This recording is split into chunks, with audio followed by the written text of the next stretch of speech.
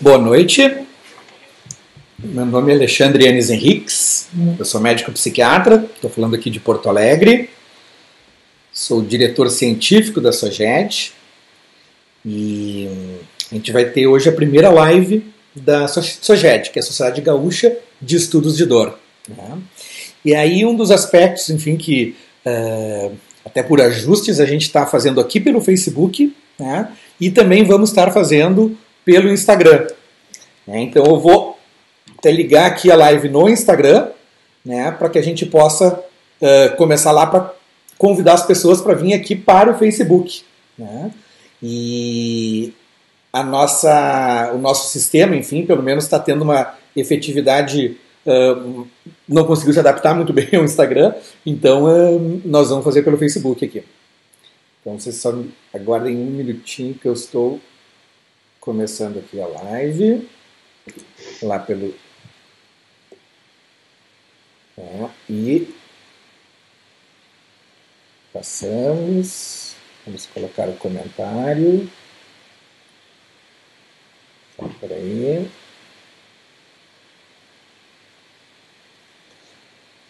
Tem pessoas, vou escrever aqui.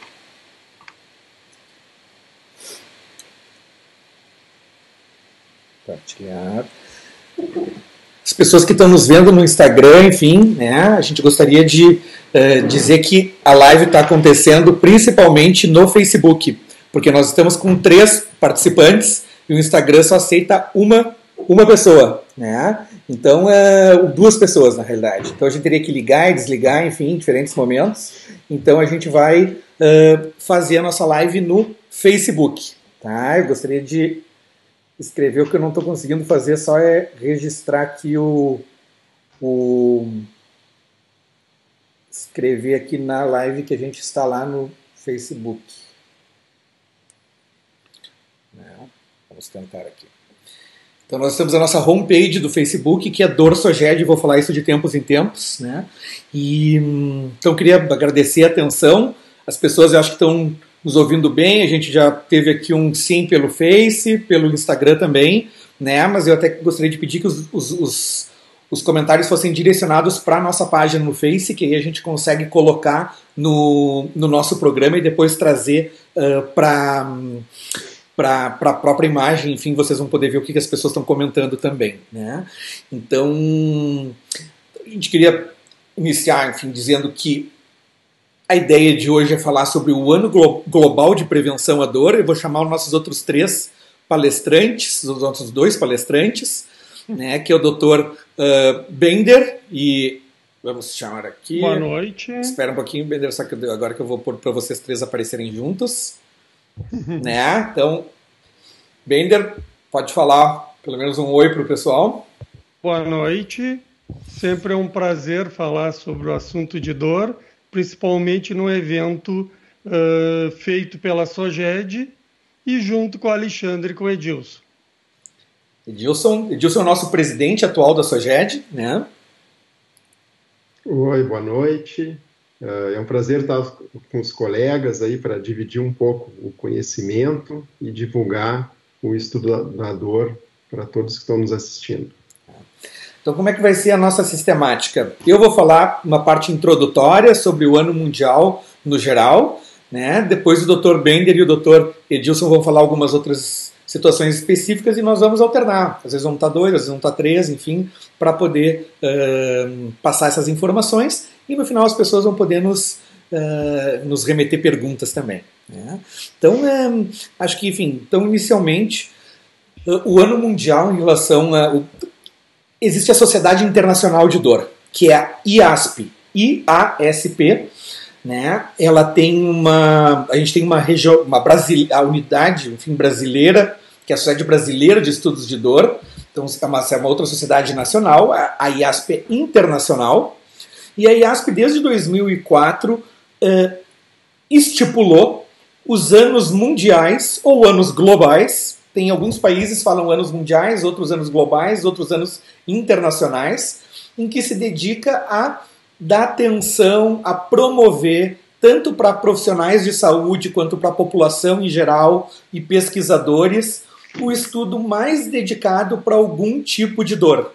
Né? Então começou em 2004 e o primeiro ano foi em que dizia que dor, as pessoas têm direito ao alívio da dor. Depois em relação à parte de dor na criança, dor no idoso, e dor até a gente fez um evento grande aqui no Rio Grande do Sul em comemoração a essa situação. Dor na mulher, dor no câncer, dor musculoesquelética. Às vezes eu vou fazer uns parênteses para dizer para as pessoas que estão no Instagram que a gente está no Facebook, na página da SOGED, na Dor SOGED, enfim, que a gente está fazendo a live. Dor aguda, cefaleia, dor visceral, dor orofacial, dor neuropática, educação em dor. Ano passado foram as pessoas vulneráveis à dor, né? Assim, as pessoas que têm uma predisposição maior. E neste ano, a Associação Internacional de Dor sustenta, enfim, lançou o Dor Mundial, o Ano Mundial para a Prevenção em Dor. Antigamente, os anos mundiais de dor começavam em outubro e nos últimos anos eles passaram para o início em janeiro, né, para que as pessoas possam, para que fiquem em relação ao calendário. E aí no ano de prevenção mundial, como é que a IASP se posiciona? Ela faz uma comissão internacional com pessoas de diferentes países. Tem um brasileiro, que é o Felipe Reis, que faz parte desta comissão, e eles estimulam eventos, estimulam capacitações, e agora, enfim, pela situação do Covid, por webinários, né? E que aconteceu um só, e os outros todos a pessoa pode se registrar, e é gratuito, é na página da dor, da IASP, que depois a gente vai passar. E também eles liberam uma série de documentos, porque eles pegam a temática específica e dividem em uma série de subtemas, nesse caso em relação à prevenção de dor. E eles oferecem comentários sobre esses subtemas nas diferentes línguas, nos diferentes idiomas. E aí, normalmente, as sociedades nacionais se predispõem a fazer a tradução para que esteja disponível de modo gratuito no site da Sociedade da Associação Internacional de Dor. Até ontem, pelo menos, a versão em português não foi enviada. Normalmente quem faz é a Sociedade Brasileira de Estudos de Dor, que prepara isso e encaminha para a Associação Internacional, eles publicam. Né? E até uma outra coisa que eu queria aproveitar, relembrando, enfim, que a gente está no nosso Facebook da Dor SOGED, enfim, ali que a gente está fazendo a live, que as pessoas pudessem, eu estou vendo, enfim, uma série de comentários, que as pessoas pudessem dizer de onde são, para que a gente saiba, né, os estados, as cidades, e que também nos dissessem em que área de dor eles trabalham, né, em que área de dor eles se dedicam mais, se tem alguma especificidade ou se é para trabalhar com dor em geral. Né? Tem pessoas que trabalham mais com dor pélvica crônica, mais com dor na criança, enfim, para que a gente possa ter essa ideia. Né? Então, voltando a essa preparação, eles fazem esses documentos de divulgação que são acessíveis, enfim, à imprensa, aos pesquisadores. Né? Nós pegamos alguns desses documentos e aí preparamos para poder apresentar. Então, o próximo que a gente vai começar, enfim, pelo Dr. Bender, né? Deixa eu ver aqui. Não, tá aqui, espera um pouquinho, Bender. Tá no Edilson. Agora tá em ti, né? Então, Dr. Renato Bender, eu gostaria que o Bender, enfim, se apresentasse, né? E que ele também, enfim, pudesse nos dizer os assuntos, enfim, que ele ficou dedicado aí, né? Bender, por favor. Certo. Eu sou Renato Bender, sou anestesiologista. Minha área de atuação é medicina da dor, ex-presidente da SOGED, atual tesoureiro, e vou falar hoje sobre prevenção primária e secundária da dor crônica. Vou falar sobre aspectos relacionados à atividade física e exercício e dor, nutrição e dor, e um aspecto importante que é a parceria do paciente com seu terapeuta, informação em dor. Então, esses 4 assuntos que eu vou falar para vocês hoje. Então, por favor, Bender, pode começar por qual deles tu te sentir mais à vontade. Eu acho que primeiro vamos começar com a prevenção. O que é a prevenção secundária? É prevenir a cronicidade da dor após um evento de dor aguda. O que é muito importante nessa situação é nós prevenir e diminuir o comportamento de dor. É aquele comportamento incapacitante, aquele comportamento que leva à manutenção da dor e cronificação. E aí nós incluímos os treinamentos, a educação em dor, o uso de medicações e também procedimentos para tratar a dor aguda e prevenir a cronificação. Então é importante em situações de dor aguda que nós tenhamos uma atividade ativa. Nós temos que interferir de maneira positiva para que esse paciente tenha menos chance de cronificar. Por outro lado, é importante a gente reconhecer os fatores de risco de cronificação, os instrumentos para identificar e aí poder montar estratégias clínicas para acessar esses fatores de risco com intervenções específicas. Cada situação de dor tem que ser tratada de maneira individual, não existe uma dor igual à outra. Outro lado importante é que muitas vezes nós, terapeutas, contribuímos para essa cronificação, que são os fatores iatrogênicos.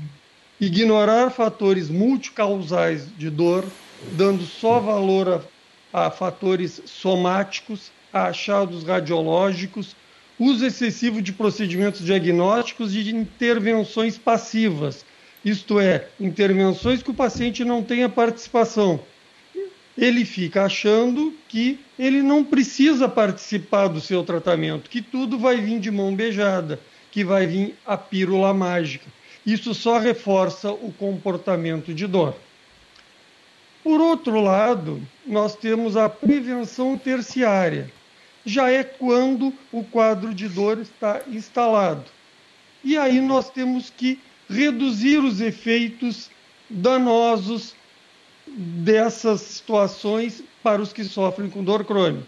Nós temos que reduzir a incapacidade, o desuso, a perda do contato social e a ocupação profissional. Isso deve ser um foco muito presente no tratamento. Nós temos que levar em conta aí o modelo biopsicossocial de dor, visando restabelecer funções psicológicas, sociais e usando o tratamento multidisciplinar, incluindo profissionais de várias áreas, tanto quanto sejam necessários. Médico, fisioterapeuta, enfermeiro, psicólogo, fonoaudiólogo e por aí vai. Todas as áreas que são necessárias para atender aquele paciente de maneira integral. Dessa maneira, nós vamos estar prevenindo e melhorando a situação dos pacientes que sofrem com dor crônica. Bom, outro assunto importante é a atividade física no paciente com dor crônica. A dor crônica, principalmente a musculoesquelética, ela é muito prevalente e é uma importante causa de incapacidade física diária e para o trabalho. E existem robustas evidências que a atividade física e o exercício físico são benéficas para a saúde, tanto musculoesquelética, quanto cardiovascular, quanto do sistema nervoso central. Isso não tem a menor dúvida. E, por outro lado, a falta de atividade física é um fator de risco para doenças crônicas em geral, inclusive a dor, e sendo causa de aumento de mortalidade geral e morbidade. Então, para a dor em específico, os estudos têm mostrado que ela ajuda a prevenir e tratar. Tem mostrado efetividade de programas estruturados de exercício em vários tipos de dor. E quais seriam esses benefícios? Melhora da funcionalidade diária e do trabalho, melhora da saúde mental, melhora da aptidão física, melhora da qualidade de vida, da força, da flexibilidade e da resistência.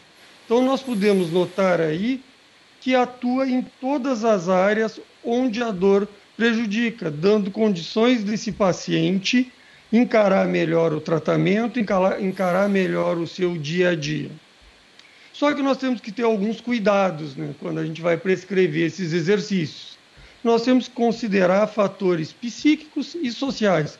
Por exemplo, não adianta nós prescrevermos pilates para aquele paciente, se ele não tem condições financeiras de bancar aquela intervenção. Ou dizer, não, a senhora tem que fazer hidroterapia, hidroginástica, e a paciente tem pânico de água, não sabe nadar. Então, nós temos que individualizar os programas de acordo com todas as características dos pacientes. A educação é muito importante. Eles têm que ter informação do efeito, como o exercício vai funcionar no corpo deles, de quais os reais benefícios e a importância de manter esse exercício de maneira contínua. Por quê?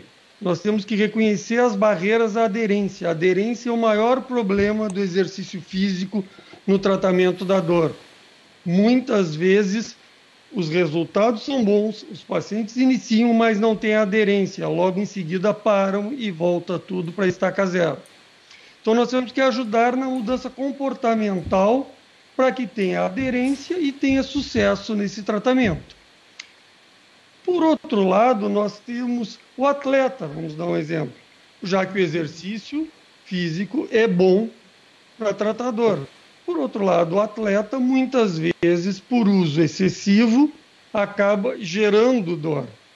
E também nós temos que ter um fator importante aqui de prevenção da cronificação.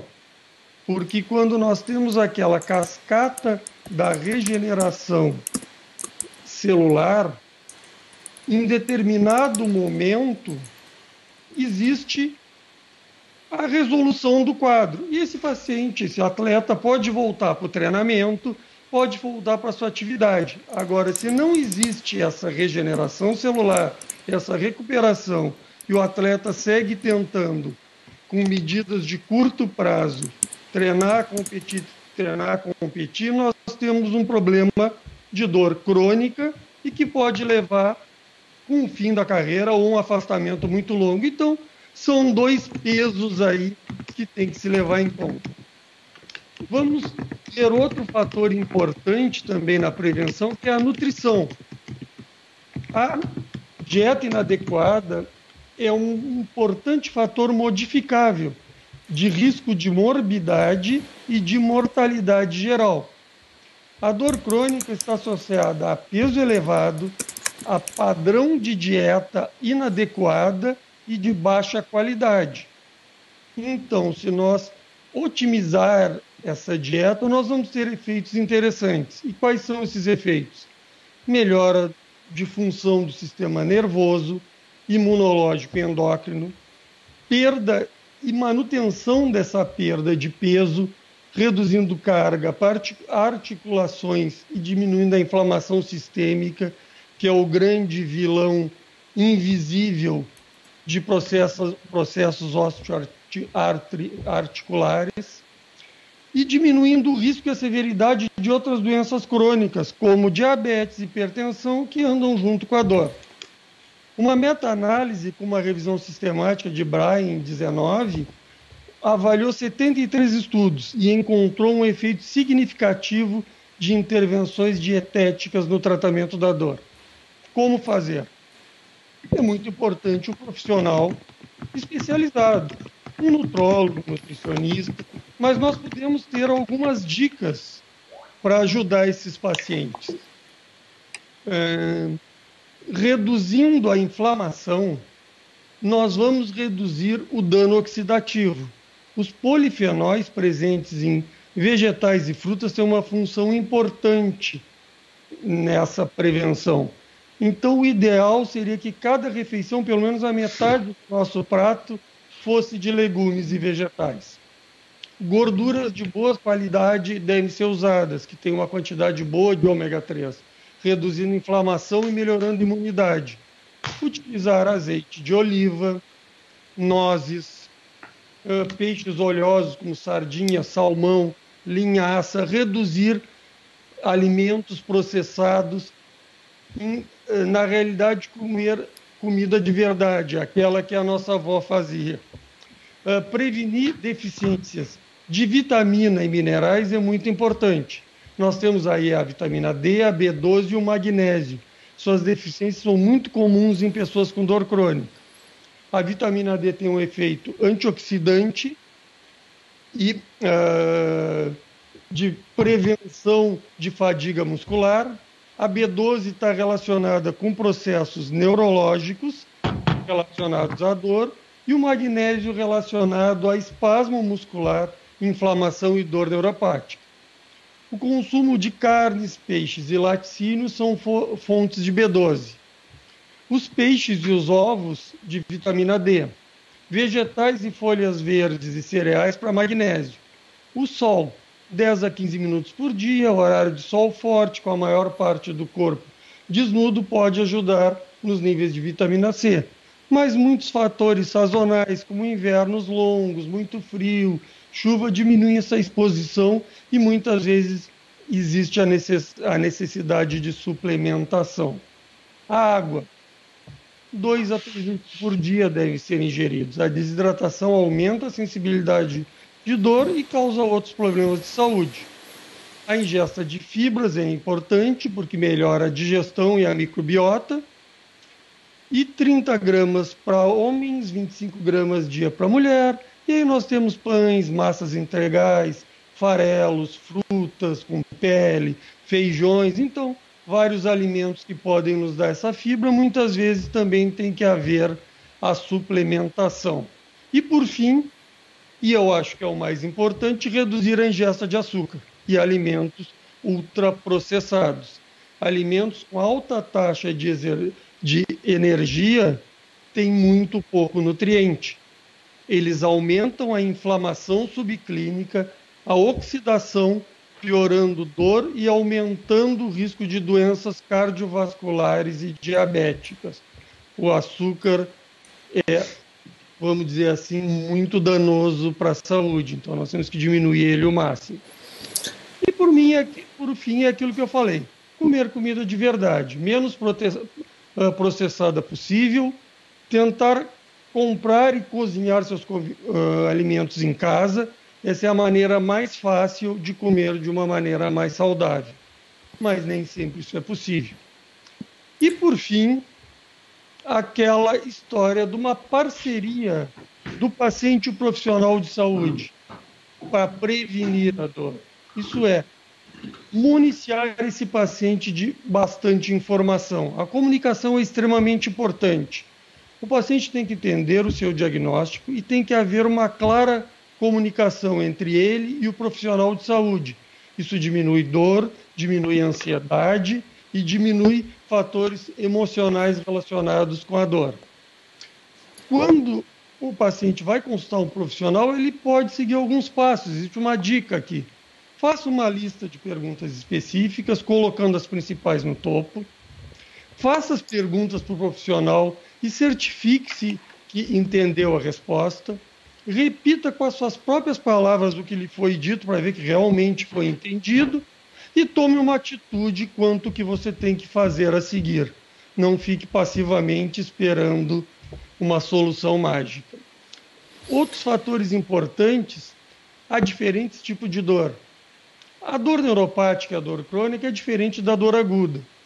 E os tratamentos para a dor aguda enfatizam a necessidade de proteção, de repouso da área afetada. Já a dor crônica e a dor neuropática, os tratamentos enfatizam a necessidade de aumento de função dessas áreas e não de repouso. Isso piora o quadro. Então, pode ser mais seguro mover-se mesmo quando há dor. Se você tem uma dor crônica, tem que procurar a ajuda de um especialista para ver o quanto é seguro e necessário começar a mover, realizar as suas atividades do dia a dia, viver a vida, mesmo com algum tipo de dor. E pode ser controlada com várias intervenções para permitir essa movimentação. Importante também tratar as nossas emoções. Quando sentimos dor, ela vai gerar reações aversivas, porque ela é desagradável. E ela vai afetar emoções e pensamentos, comportamentos e ambiente social. Então, o controle mal gerenciado de fatores emocionais, como ansiedade, depressão, irritabilidade, estresse, aumentam a possibilidade de cronificação. Então, há muito que você pode fazer para reduzir o seu impacto à dor e evitar a cronificação.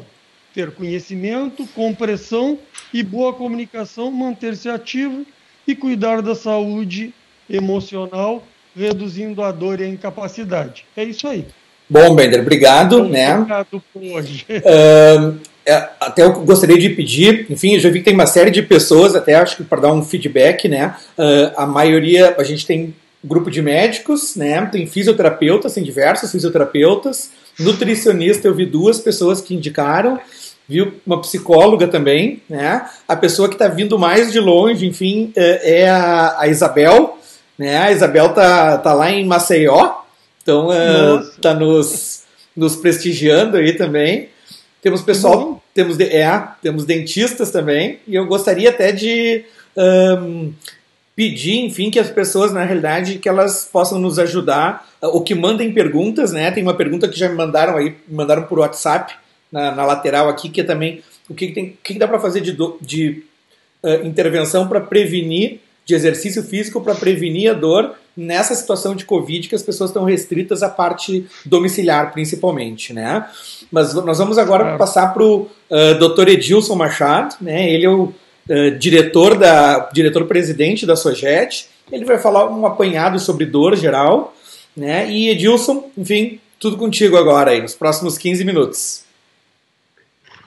Bom, boa noite a todos, é um prazer estar com vocês. Eu estou vendo que tem uma turma bem grande, como o Alexandre comentou, né? Nós temos uma equipe multidisciplinar, né? Nesse grupo, temos nutricionistas, fisioterapeutas, enfermeiras, vários médicos também, de várias atuações, desde a parte clínica até a parte cirúrgica, né? E o mais importante, nós temos pacientes nossos nos ouvindo ali. Então, a gente vai tentar falar um pouco sobre este ano da prevenção de dor e tirar algumas dúvidas para vocês, né? Como o Dr. Alexandre tinha falado, cada ano a IASP define uma temática, um tema sobre prevenção de dor, né? E este ano foi o tema genérico de prevenção da dor nos seus diversos aspectos, né? E isso é muito importante porque existe uma pesquisa que mostra que, por exemplo, no Brasil, nós temos em torno de 37% da população com dor crônica, né? Foi feito um estudo a nível nacional pela Sociedade Brasileira para o Estudo da Dor e foi encontrado uma média de 37% de pessoas da população com algum tipo de dor crônica, né? E a gente fica pensando, o que é a dor crônica? A dor crônica é aquela dor que um dia foi aguda, né, que foi desencadeada ou por um trauma cirúrgico, ou por alguma lesão, ou alguma lesão musculoesquelética, ou algum problema de coluna, né, e que não foi apenas uma dor temporária, aquela dor permaneceu e se cronificou. Então, o que a gente sabe hoje? Que se a dor aguda ela não for bem manejada, ela tem um risco, uma chance de se transformar numa dor crônica. Então, a gente tem que focar, principalmente os profissionais e um paciente, quando tem uma dor aguda, tem que focar no manejo adequado dessa dor aguda para que ela não cronifique. Tem que fazer o manejo adequado dessa dor, né? Por exemplo, numa dor pós-operatória, nós temos em torno de 10%, isso quer dizer, de cada 10 pessoas, uma vai acabar desenvolvendo algum grau de dor pós-operatória, dor crônica pós-operatória. E desses 10%, vai desenvolver uma dor muito severa que vai impactar muito negativamente na vida desse paciente. A gente sabe que essas dores muitas vezes podem ser devida a algum manejo que foi, vamos dizer, não foi suficiente, foi inadequado no período da cirurgia, né?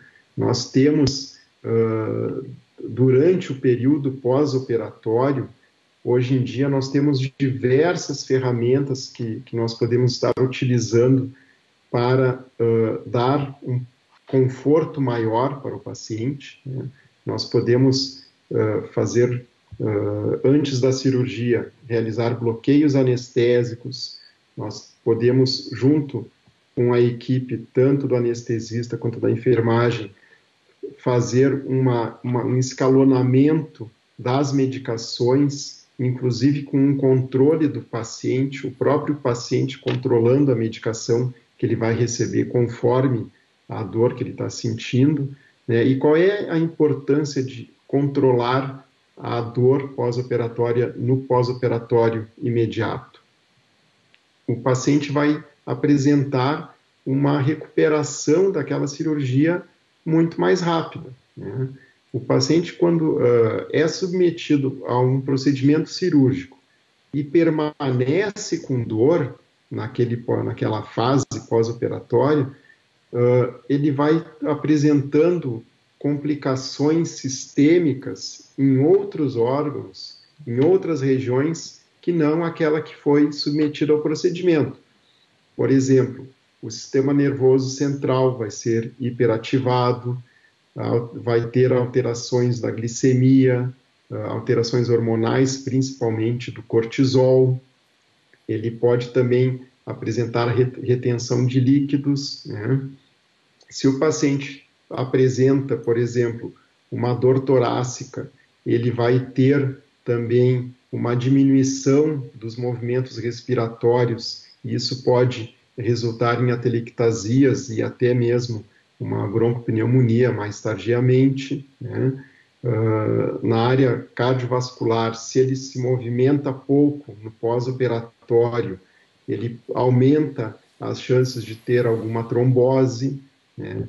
Na parte digestiva, se ele fica parado, se ele não se movimenta, isso associado com o uso de opioides, ele também pode ter diminuição da motilidade intestinal, pode ter constipação, náuseas, né? Então, todos esses problemas são decorrentes, às vezes, de um manejo que não está sendo bem adequado da dor. E por isso que é importante nós termos uma equipe multidisciplinar, porque nós vamos ter os procedimentos médicos, os bloqueios, as infiltrações, nós vamos ter a prescrição médica, mas nós vamos ter também a equipe de enfermagem que vai estar atenta ao paciente, né? Não esperar o paciente ficar com muita dor para que ele seja medicado, né?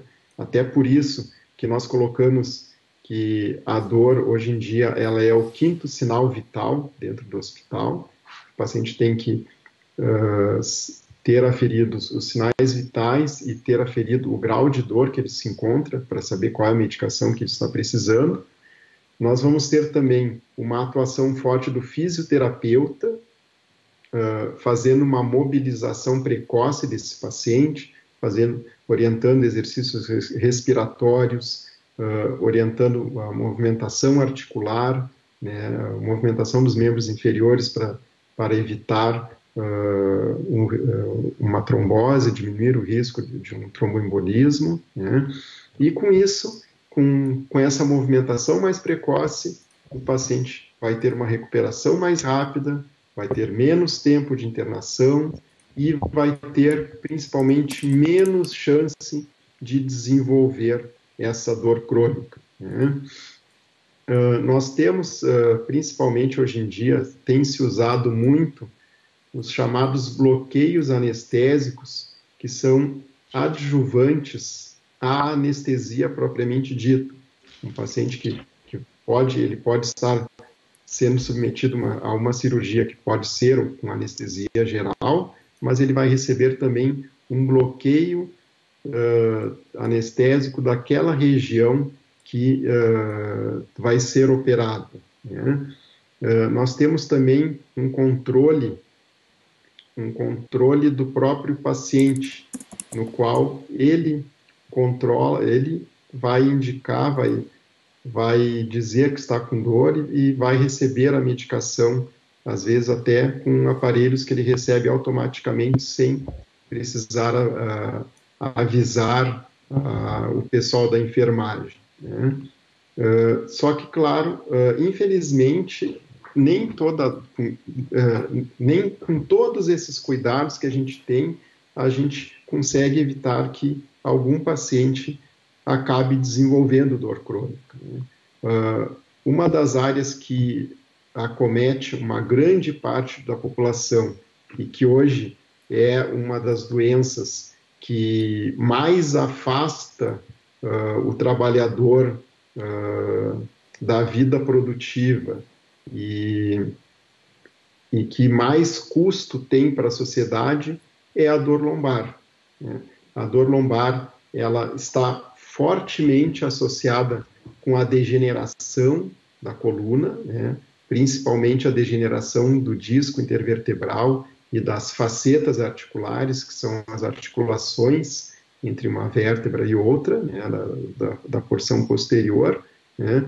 E elas trazem uma sequência de processos degenerativos em todas as estruturas da coluna. Como que ocorre isso?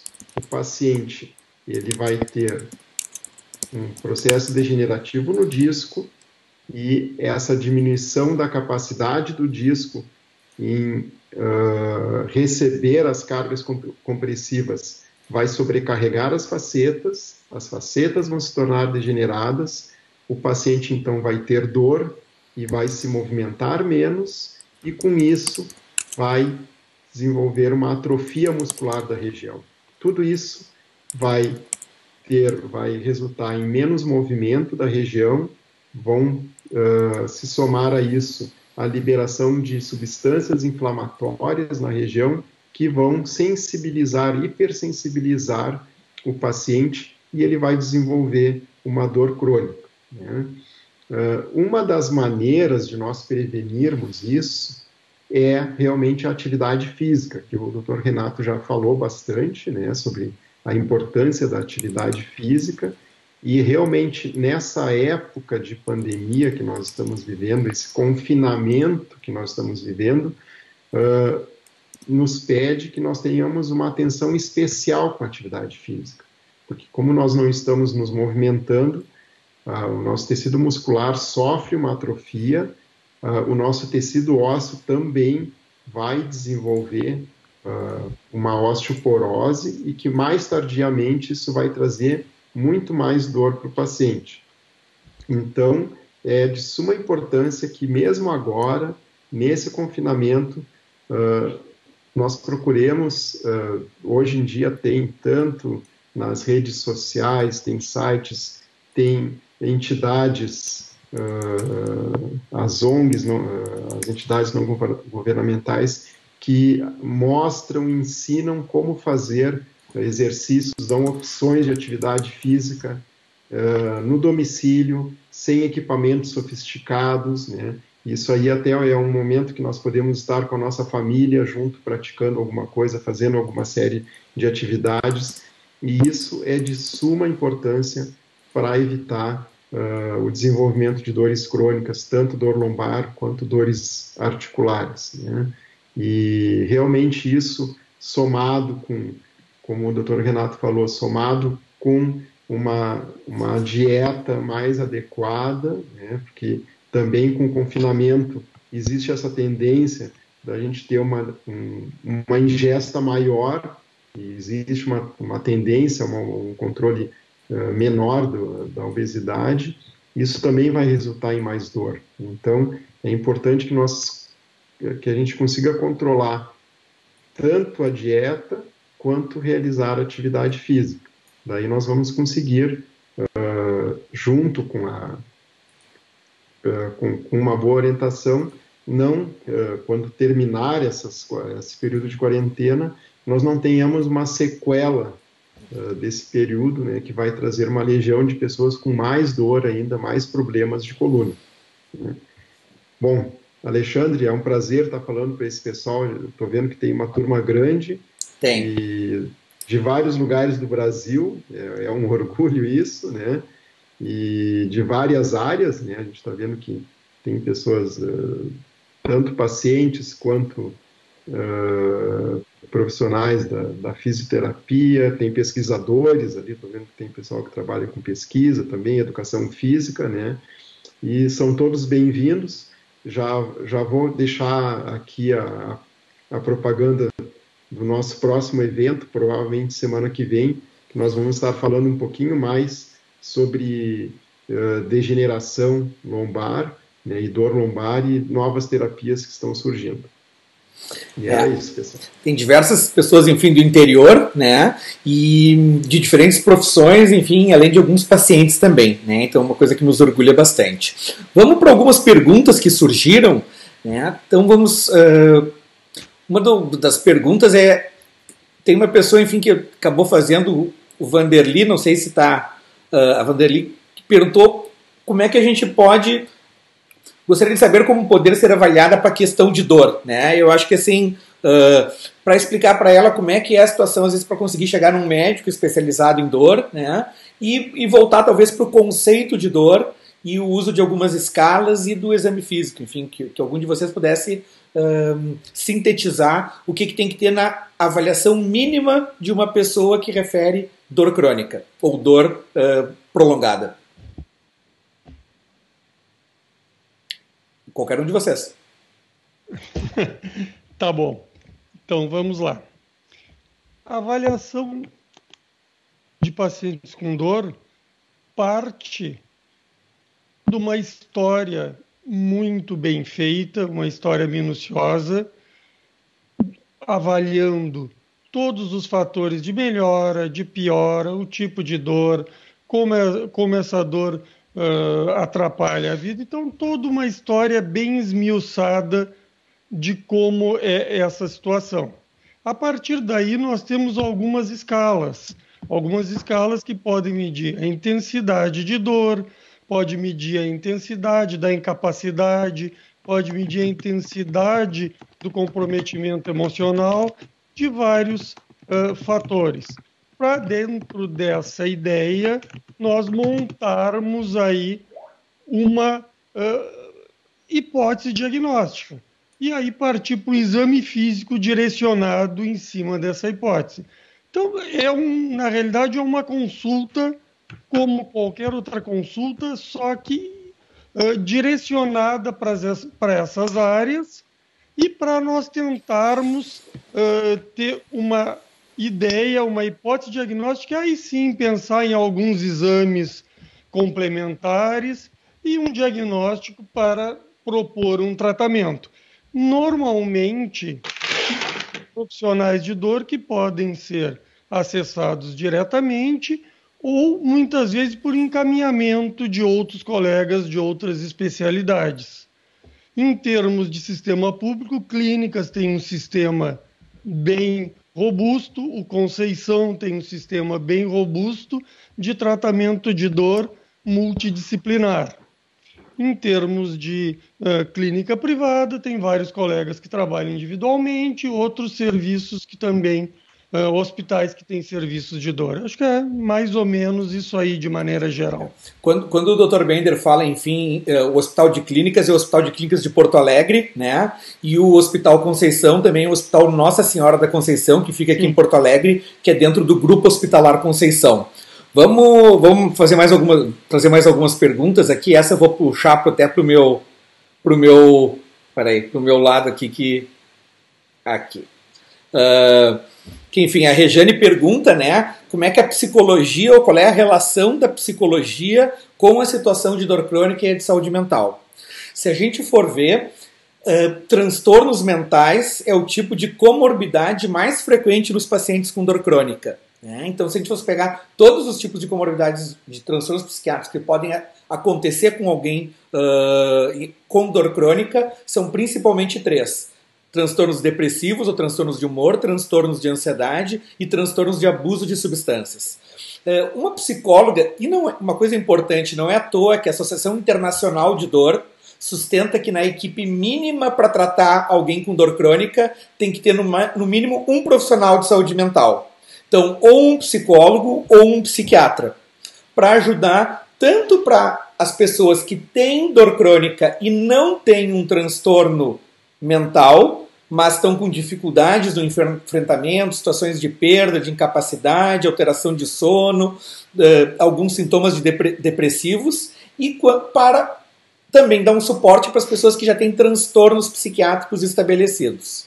A depressão, por exemplo, é um dos tipos de transtornos mais frequentes com pacientes com dor crônica, mas normalmente a depressão se desenvolve depois do início de dor.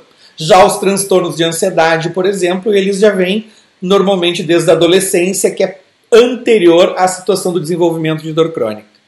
Então, os profissionais de saúde mental, principalmente, enfim, psicólogos e psiquiatras, podem aportar uma série de aspectos, tanto o tratamento desses transtornos, uma outra situação importante, e aí, para quando o paciente vai ser submetido a determinadas intervenções, né, cirurgias para dor em algumas situações, e que o adequado é sempre um profissional de saúde mental avaliar. Né? A gente futuramente vai ter especificamente uma live só sobre essa interface da saúde mental com as situações de dor.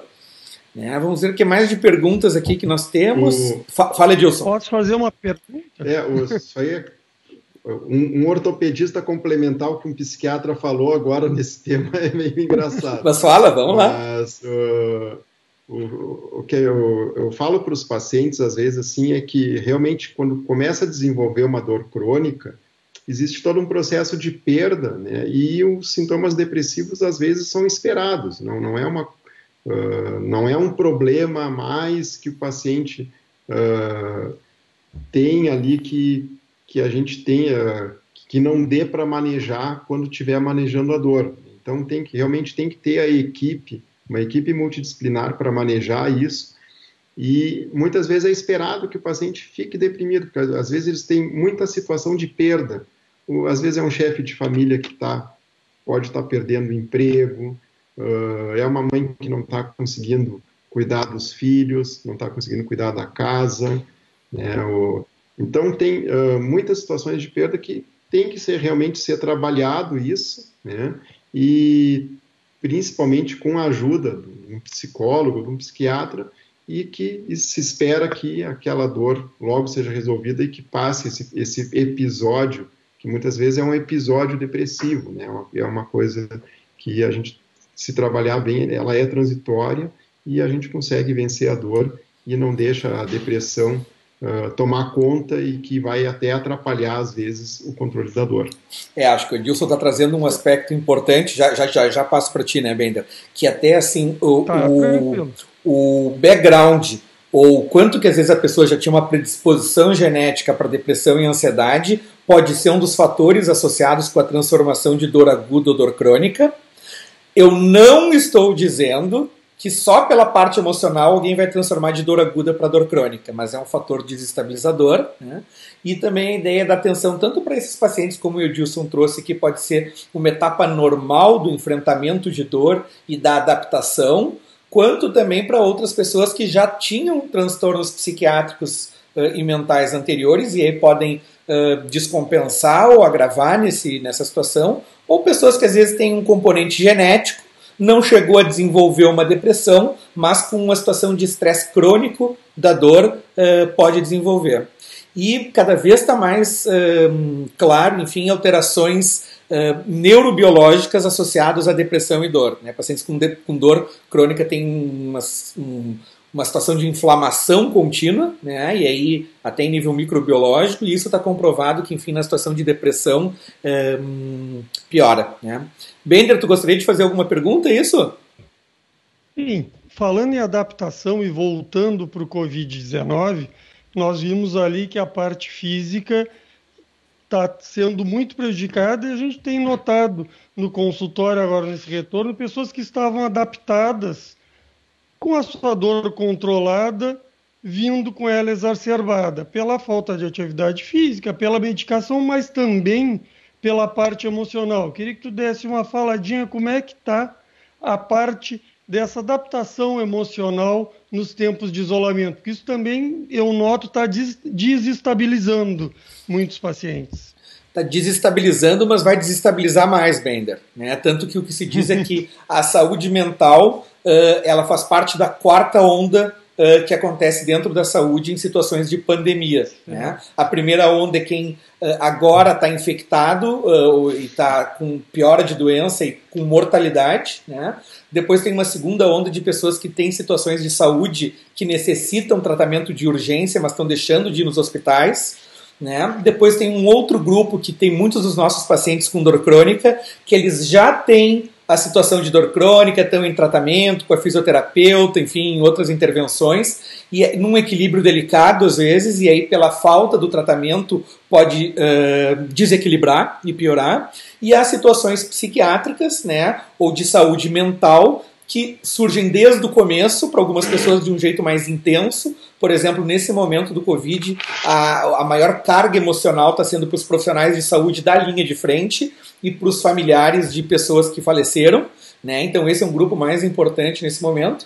E depois começa a ter outras repercussões, que aí é da secundária a parte financeira, secundária o isolamento social, uma série de pessoas, isso está comprovado nos outros países, em que as pessoas já tinham transtornos mentais, estavam subtratados, ou seja, aquém do tratamento adequado, e aí serve para descompensar isso, né? Então a gente tem que focar principalmente em organização do sono e não via medicação, manejo de estresse, e tem técnicas específicas de como manejar o estresse, e isso tem um link com a dor importante também, e exercício físico e umas outras estratégias, né? Mas obrigado pela pergunta, até, Bender, e eu vou trazer aqui o Rafael Fonseca, ele também nos pergunta se tem um grupo de WhatsApp em que a gente possa interagir em relação à parte da dor aqui da SOGED. O que a gente vai lançar, a gente combinou, enfim, nós três, é de fazer um canal do YouTube, que não tem, e um grupo do Telegram, né?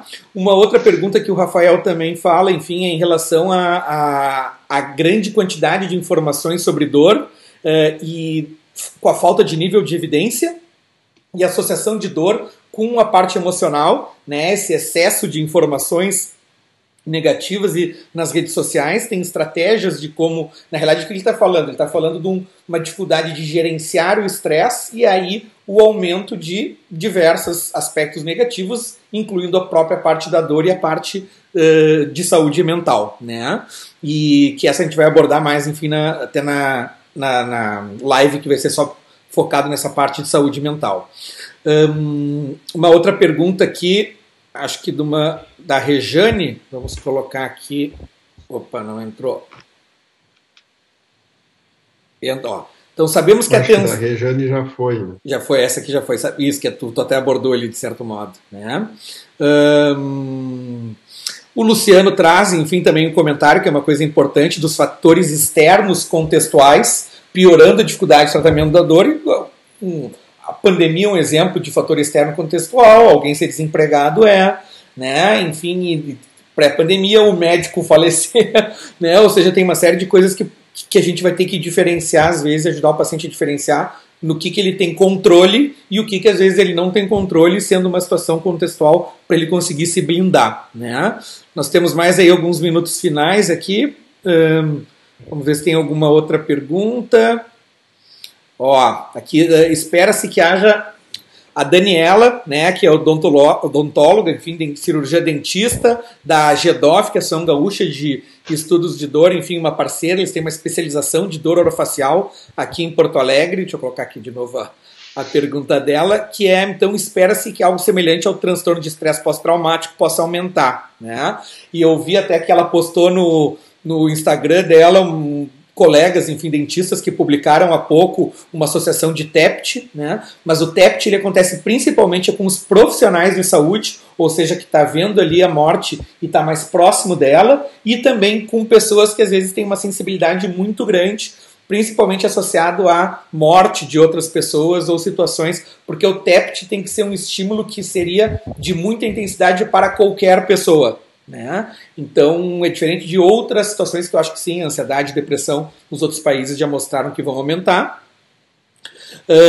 A Prisla, enfim, Prisla faz parte até do grupo de pesquisa, enfim, é professora ela, numa série de instituições, e ela faz parte do grupo de pesquisa do professor Volney, lá do Laboratório de Neuromodulação da URGS, e está trazendo, enfim, a terapia cognitivo-comportamental, que é um tipo específico de psicoterapia.